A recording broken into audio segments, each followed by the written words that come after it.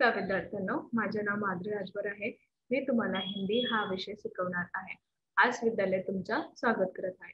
आज जो आपला तिसरा धडा आहे त्याचं नाव काय आहे, नाखून क्यों बढ़ते. काय आहे नाखून क्यों बढ़ते है आणि या धड्यात हे दुसरा सीझन चालू आहे.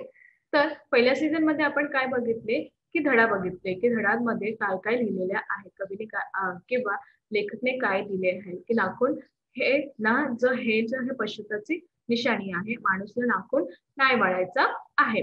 तर हे पाहिलं तर या सीझन मध्ये आपण प्रश्न आणि उत्तरे बघणार आहे किंवा शब्दात बघणार आहे. तर चला बघूया. बघा शब्दात हिंदीतून हिंदी आणि मराठी. पहिला काय आहे पाशवी. पाशवी म्हणजे पशुत्व आणि मराठीतून प्राणी.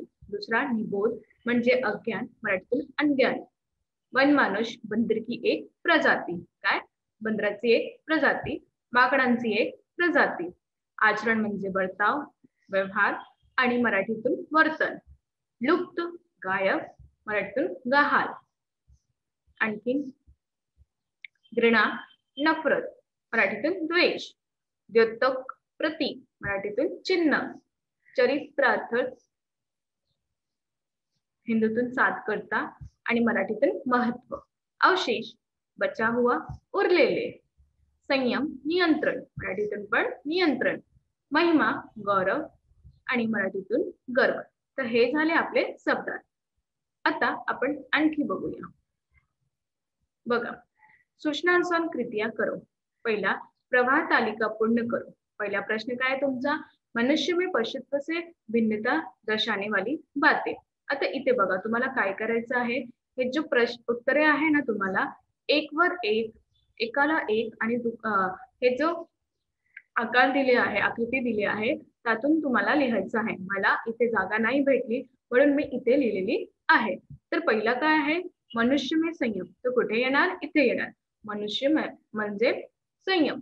आणि दुसरा काय आहे, दुसरे के दुख. दूसरा काय आहे, दूसरे के सुख दुख पाई प्रति संवेदना है. तीसरा श्रद्धा है. चौथा है तप त्याग है. तो हे कुठे येणार, इथे येणार.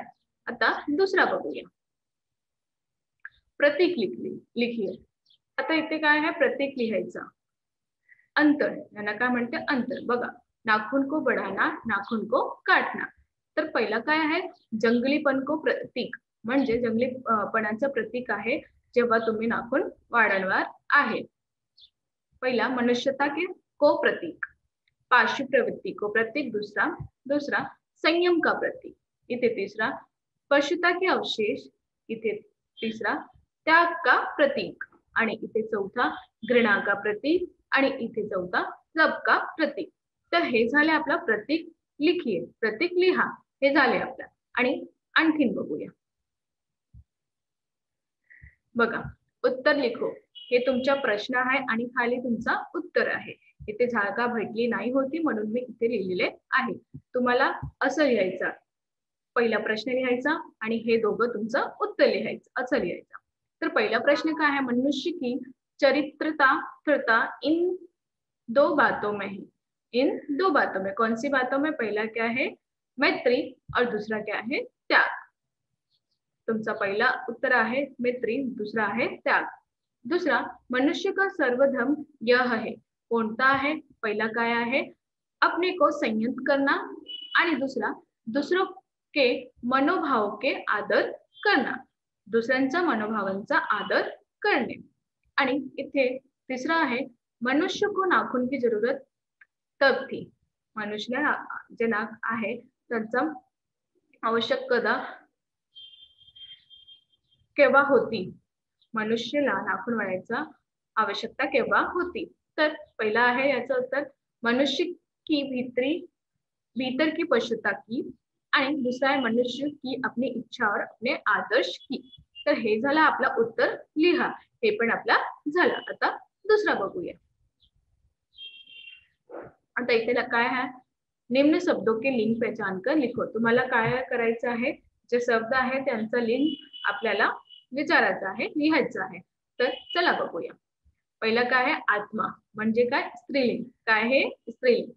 व्यक्ती म्हणजे पुल्लिंग. बादल म्हणजे पुल्लिंग. तार म्हणजे पुल्लिंग. तर हे झालं आपलं स्त्री आणि पुल्लिंग. नोट पुल्लिंग, नाखून पुल्लिंग, पुस्तक स्त्रीलिंग, तकिया पुल्लिंग, दही पुल्लिंग. तर हे झालं आपलं स्त्रीलिंग आणि पुल्लिंग. तर आज आपण काय शिकलो? आज आपण हे शिकलो की मनुष्य जे आहे किंवा माणूस जे आहे त्याला आपल्याचे काय काय अति आवश्यक वस्तू आहे आणि कोणती पण वस्तू आहे त्याला कसा आपल्याकडे यायचा आणि त्याचा काय प्रयोग करायचा हे पण आहे. जसं की लेखक सांगितले आहे की नका नका नको बडूया, कारण की त्या पशुताची निशाणी आहे, लोकांना पण आवडत नाही.